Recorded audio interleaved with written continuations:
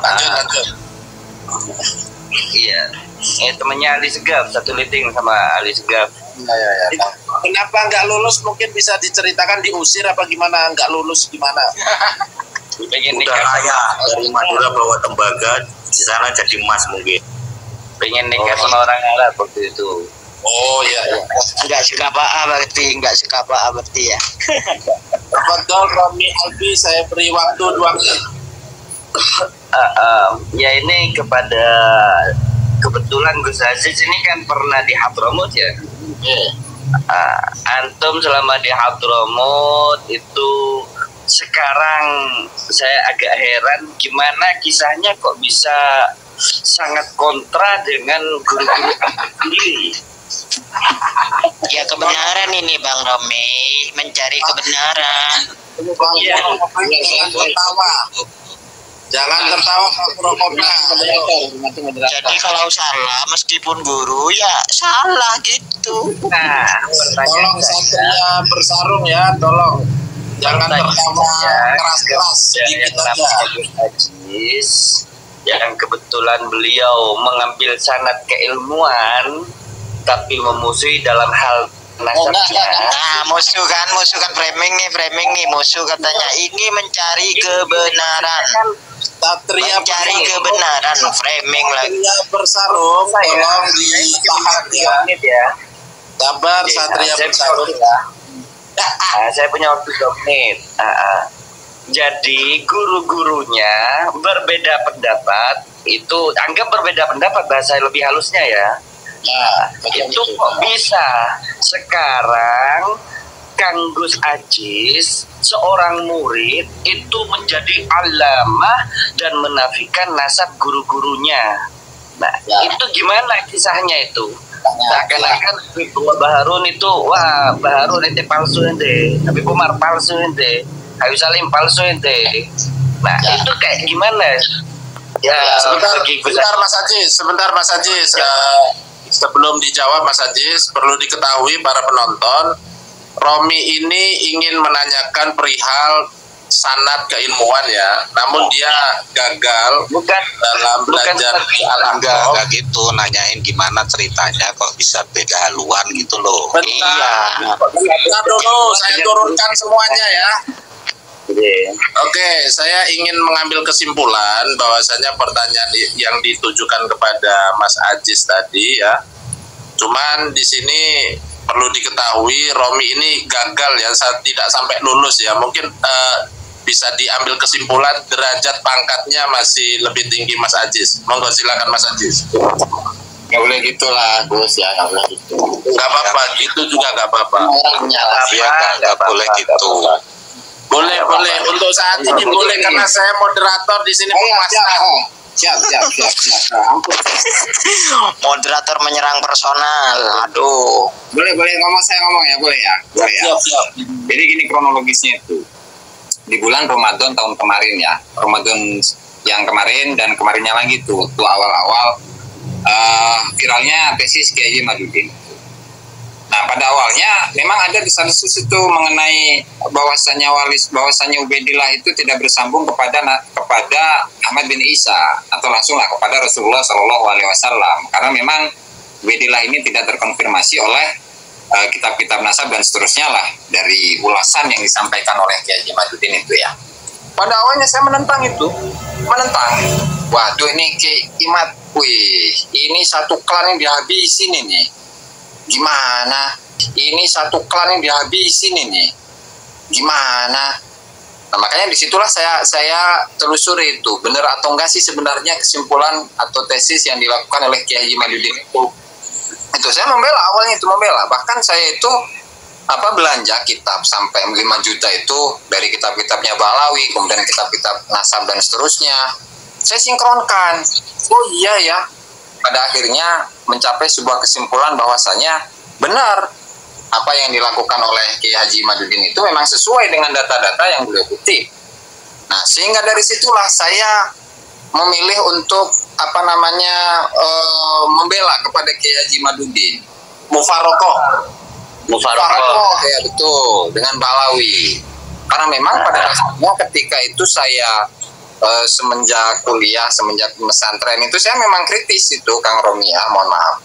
Saya memang Alhamdulillah. dan apalagi ketika dihadapkan dengan polemik nasab yang sampai terjadi saat ini berlangsung hampir 2 tahun.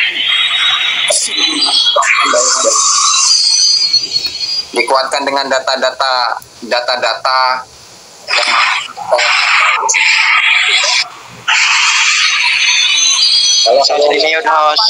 Di mute host. Apa ini? Halo. Oke, lanjut. Karena saya ini sangat tertarik, di samping saya itu kritis dan juga tertarik dengan pengetahuan dan keilmuan, sehingga saya itu berbalik malah mendukung tesis Kiai Haji Imaduddin. Nah, sehingga sangat salah ketika saya ini di framing sebagai seseorang yang sangat benci kepada para habaib atau melawan. Ya tidak. Karena meskipun saya ini sebagai seorang YouTuber ya, saya tidak pernah merosting guru-guru saya ini. Ya, meskipun mereka itu dalam menyampaikan sebuah statement itu cukup kontroversi gitu ya. Saya tidak melawannya. Bahkan jangankan guru-guru saya, bahkan senior-senior saya seperti siapa Buya Yahya itu ya. Itu juga tidak saya ini langsung itu.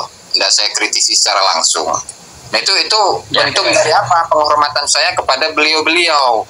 Karena kalau misalkan saya ini tidak atau tutup mata lah atau menyerang dengan serangan yang brutal, ya tentu ini tidak sesuai dengan apa yang atau prinsip yang saya miliki, begitu. Sehingga meskipun ini kaitannya adalah dengan nasab dari guru-guru saya, ya nggak masalah. Emang kenapa?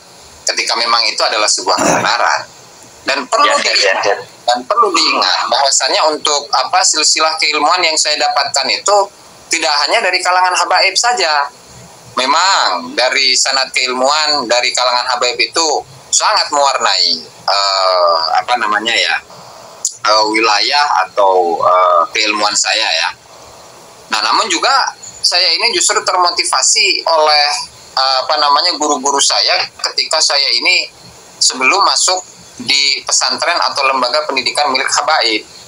Guru yang pertama sangat saya hormati dan sangat saya muliakan itu bukan siapa-siapa kecuali orang tua saya sendiri, bapak saya sendiri yang mengajari saya membaca Al-Quran, mengajari saya kitab, ya dasar-dasar kitab dan seterusnya. Jadi menurut saya no problem, karena memang ini saya memandangnya dari sudut pandang keilmuan. Jadi begitu Kang Romi. Oke. Saya lanjut bertanya, boleh ya Kang Hos ya? Nah, belum saya Asif. Sabar dulu, tenang aja. Jadi saya tambahkan, ketika kita mendapatkan informasi dari orang-orang kafir dan itu memang kebenaran, ya kita pakai. Apakah kita seluruhnya mengikuti orang kafir itu? Tidak. Seperti itu. Monggo silakan dilanjutkan, Kang Romi. Saya lanjutkan pertanyaan tetap kepada alumni Al-Ahqaf, Kang Ajis. Al-Ahqaf ya, bukan Gulf. Bahasa Gulf. Itu biasa Bahasa Indonesia. Ada juga itu gratis Pak. Ya, Al-Ahqaf lah. Al-Ahqaf saya ikuti. Kang Romi, ente sudah di Indonesia ya, pakai ya. Saya pakai gratis Pak lah. Oke. Untuk sementara ini sampai pulang ya pakai Al-Ahqaf aja ya. Ya, Ahqaf ya. Oke. Kang Ajis, antum ini kan 5 tahun di Hadramaut ya? 6 tahun saya. Masya Allah, 6 tahun plus 1 di Mukalla, 1 tahun di Mukalla. Berarti 5 tahun di Tarim. Ana mau tanya ke antum, yang antum paham di sana kan ada istilah munsib. Munsib ya. Nah, munsib itu adalah kalau bahasa Indonesianya kepala suku. Ya betul. Kalau bahasa Arabnya di sana ketua qabilah. Qabilah Asgaf, Al-Habsyi itu ada munsibnya. Dan setiap munsib antum paham tugas munsib adalah menjaga nama qabilah beserta keturunannya. Benar apa enggak? Ya, Meskipun salah kah? Lalu Anda tanya, jangan dipotong ya. Nah, ini saya kepingin berdua dulu sama sesama Al-Ahqaf ini. tugasnya munsib itu adalah menjaga nasab keluarga atau nasab sukunya, benar atau enggak? Betul. Betul ya. Setelah itu, sekarang antum posisi berada di Indonesia, mempertanyakan nasab tentang Alawi atau Ubaidillah. Mempertanyakan nasab tentang Ubaidillah. Dan antum mempertanyakan di versi kitab-kitab yang ada. Sedangkan kalau menurut hemat ana, kenapa antum selaku alumni Al-Ahqaf tidak bertanya langsung kepada munsib qabilah yang ada di Hadramut, dan termasuk beliau-beliau adalah guru antum? Kenapa antum langsung bertanya tentang kitab-kitab yang ada di Indonesia, sedangkan antum bisa bertanya langsung kepada keturunannya alias munsib atau guru antum sendiri? Kenapa di Indonesia sekarang yang ramai? Apa antum sudah bertanya ke Al-Habib Abdullah Baharun selaku guru antum? Gimana guruku? Dan semua munsib, catatan keluarga itu tidak semuanya ditadwin di dalam bentuk kitab dan dicetak oleh perpustakaan. Perlu antum ketahui. Ya. Setiap keluarga munsib itu pasti memiliki catatan keluarga, dan itu pasti berupa manuskrip di keluarga tersebut dan tidak diedarkan keluar. Benar apa enggak? Sudah. Jadi pertanyaannya adalah, kenapa antum nggak bertanya langsung ke munsib pencatat nasab guru-guru antum sendiri? Ya, oke. Sebentar Mas Ajis. Untuk teman-teman ya, kalau ingin bergabung ngobrol sama Mas Romi ini harus ke Al-Ahqaf dulu ya. Mas Santri sama alumni Ahqaf ya. Dulu ya. Iya, monggo. Terima kasih. Oke.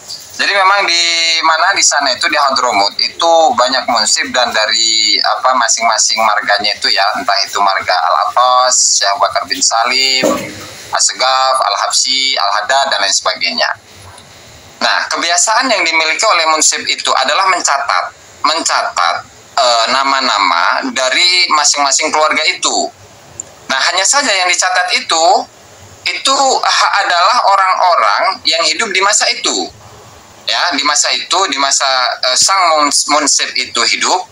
Dan kalau memang dicatat dalam arsip-arsip pribadi. Nah, lalu sekarang yang dipertanyakan itu adalah seorang tokoh yang hidup 1000 tahun yang lalu. Nah, kalau memang mereka itu memiliki data mengenai seorang tokoh yang bernama Imam Ubaidillah yang meninggal pada tahun 383 Hijriah.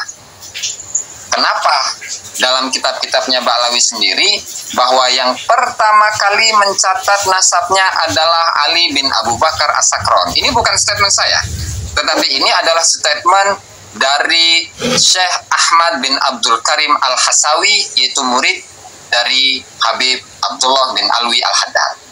Kemudian yang kedua, statement itu pun sama dengan yang disampaikan oleh Habib Abdurrahman bin Abdullah bil Faqih dalam kitabnya Ithaf Bani Alawi. Beliau pun juga menyampaikan bahwa untuk pertama kalinya yang menulis nasab Ba'lawi itu adalah Ali bin Abu Bakar As-Sakron yang meninggal tahun 895. Sehingga hal ini menjadi jawaban ketika kita ini, kenapa kok nggak bertanya kepada munsib-munsib yang ada saat ini? Ya jelaslah, yang kita pertanyakan itu adalah seorang tokoh yang hidup 1000 tahun yang lalu, sementara yang mereka catat itu adalah orang-orang yang hidup di masanya. Dan kalau melihat kesejarahan dari munsib-munsib itu, muncul awalnya itu ada pada masanya siapa itu? Sebelum dari Habib Ali Drus, di masanya Ali Drus di abad 10 Hijriah itu.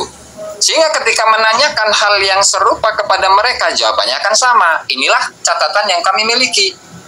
Jadi begitu, mereka itu pun tidak akan mendapatkan jawaban dari pertanyaan yang disampaikan oleh Kiai Haji Imaduddin, atau mereka itu tidak akan mampu untuk mendatangkan Imaduddin, atau mereka itu tidak akan mampu untuk mendatangkan data yang diminta oleh Kiai Haji Imaduddin Usman Al-Bantani. Barangkali segitu saja yang dapat saya sampaikan itu. Monggo moderator Kang Kingkong. Ya, bagaimana Kang Romi, sudah ada kepuasan dari pertanyaan Anda? Kurang jelas juga, walaupun agak jelas, tapi masih kurang puas dengan jawabannya. Ya jauh, tingkat keilmuannya jauh Kang. Iya jauh, iya.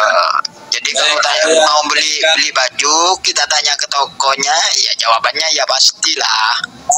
Bisa diprediksi sendiri kan. Saya kasih kesempatan untuk santri-santri di luar Al-Ahqaf. Silakan Satria Bersarung. Saya Kang mau tanya ke Gus Jazuli. Selama ini terkait jenengan ini masuk di dunia penelitian nasab, ada gak intervensi dari pihak guru atau apa itu, karena kan sampean kan alumni dan alumni Yaman dan bertentangan, tapi kan tujuan sampean kan mencari kebenaran ini kan. Siapapun dari manapun itu, jika kebenaran ya tetap katakan kebenaran kan, seperti itu. Pertanyaannya saya tadi itu, apakah pernah ada intervensi? Ya, kalau intervensi secara pribadi gitu nggak ada ya.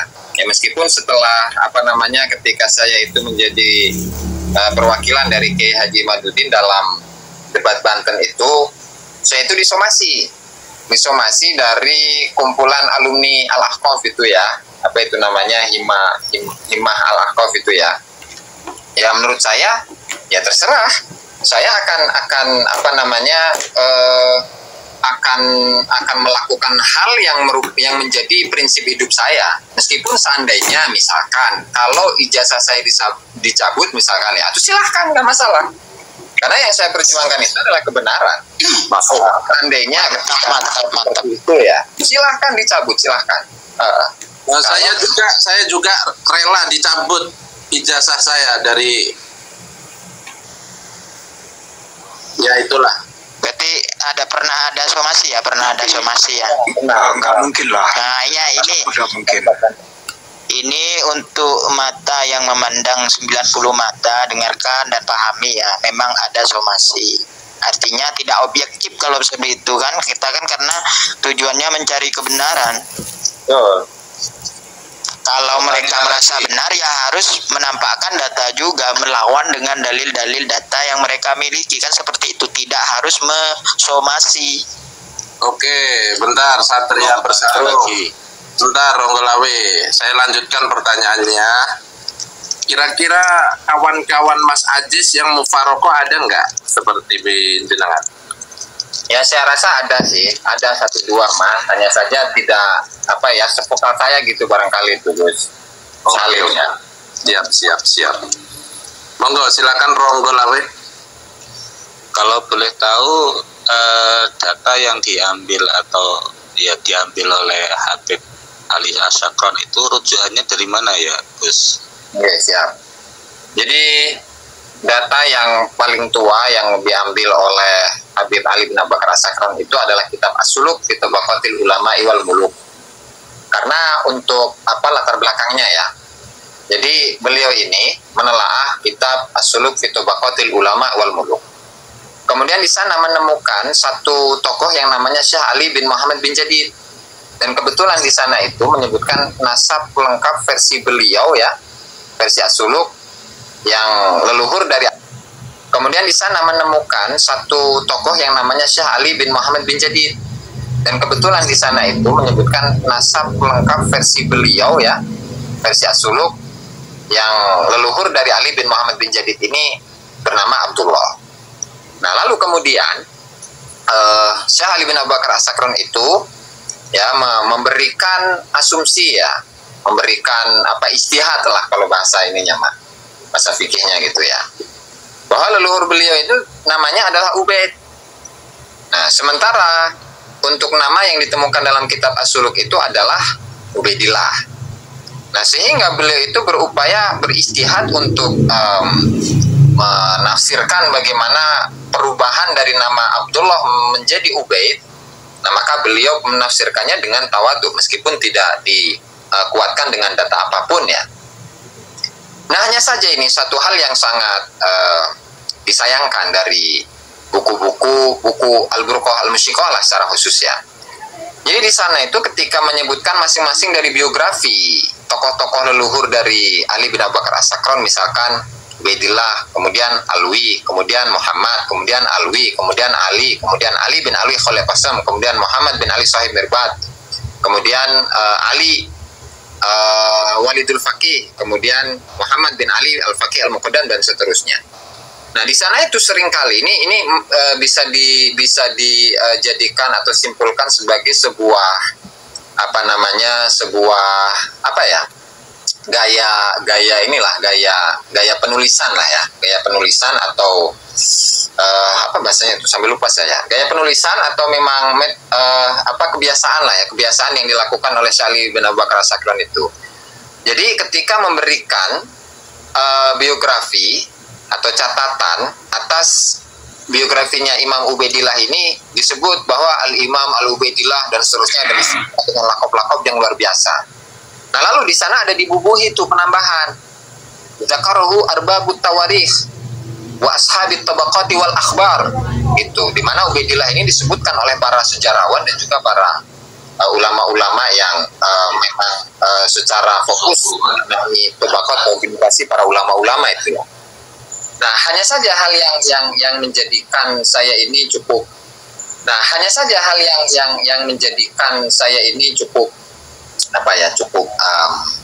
cukup kecewa itu ketika beliau ini memberikan kritik atau barangkali istihad beliau dalam menjadikan bahwa Abdullah ini adalah Ubaidillah. Beliau mengatakan hakadha huwa huna Ubaid.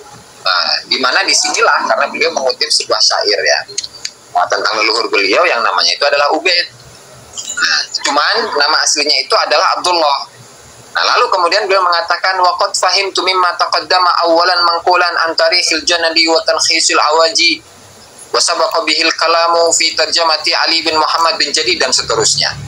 Di mana di sini itu kembalinya kepada asumsi bukan data. Itu kan itu sungguh saya telah memahami awalan dari keterangan yang sudah lewat di awal. Min Tarikhil Janadi dari kitab As-Suluk karya Imam Bahauddin Al-Janadi. Kemudian Watalkhis Al-Awaji, kemudian ringkasannya yang dikarang oleh Imam Al-Awaji, dan juga penjelasan yang sudah lewat mengenai biografi dari Ali bin Muhammad bin Jadid. Artinya di sini ya memang mengutip dari kitab As-Suluk. Nah, lalu di sana tidak ada penjelasan bahwa leluhurnya Ali bin Abu Bakar As-Sakran itu sama dengan leluhur dari Ali bin Muhammad bin Jadid. Jadi begitu kronologisnya itu ya. Kang siapa tadi itu yang namanya Kang Ronggolawe ya. Oke. Sip. Sebelum berarti nama Abdullah yang ada di dalam kitab Tabaqatul Mulud itu leluhurnya siapa tadi? Ali bin Jadid. Ali bin Jadid. Ya. Kemudian Ali bin Jadid ini ada kaitannya nggak dengan Ba'alawi? Ya, kalau secara ini memang nggak ada, secara data yang memang nggak ada. Untuk menyambungkan bahwa Ali bin Jadid dan Ali Sakron itu sama, tidak ada. Makanya itulah salah satu pertanyaan yang saya sampaikan, pertanyaan Kiai Haji Madudin yang saya sampaikan dalam debat Banten itu, mana buktinya bahwa leluhur dari Ali bin Abu Bakar As-Sakran dan Ali bin Muhammad bin Jadid itu memiliki leluhur yang sama? Nggak ada, nggak terjawab di sana itu. Dengan biasa gitu. Sebentar, sebelum dilanjutkan Mas Romi ya, saya ingin bertanya kepada teman-teman yang ada di bawah.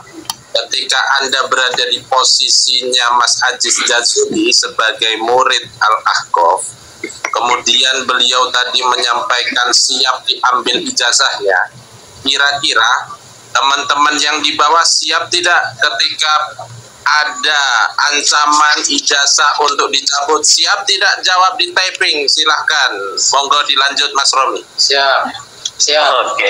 Yang rusak nanti akreditas al-akobnya sendiri. Iya. Karena nanti akan dipandang oleh universitas lain. Dasarnya apa itu? Kamu itu jangan sentimen ngambil apa namanya? Apa sertifikat atau apa sih istilah sekolah? Ijazah. Nah, itu nggak berdasar. Kalau Ya. kalau Bang Roko, kalau saya kembalikan tapi biayanya saya minta juga. Ya, kalau minta Iya, ilmunya ya ambil itu. sendiri. Alhamdulillah ini penontonnya siap luar biasa, mantap. Kuliah tidak gratis.